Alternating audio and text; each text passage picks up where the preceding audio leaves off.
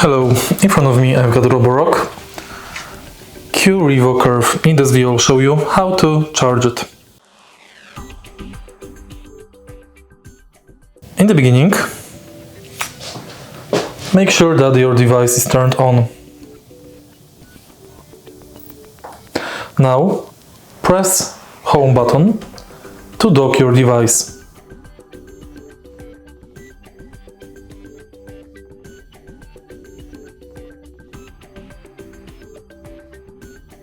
Error 4. Cliff sensor error.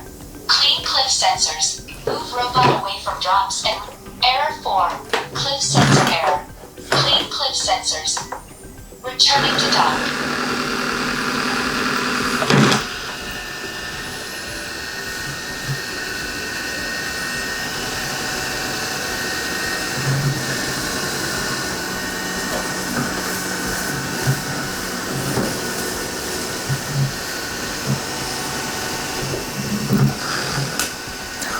After cleaning, the robot will automatically return to dock to charge. If the robot is paused, you have to press home button to send it to the dock. The power indicator light will brief during robot charging. And that's basically it.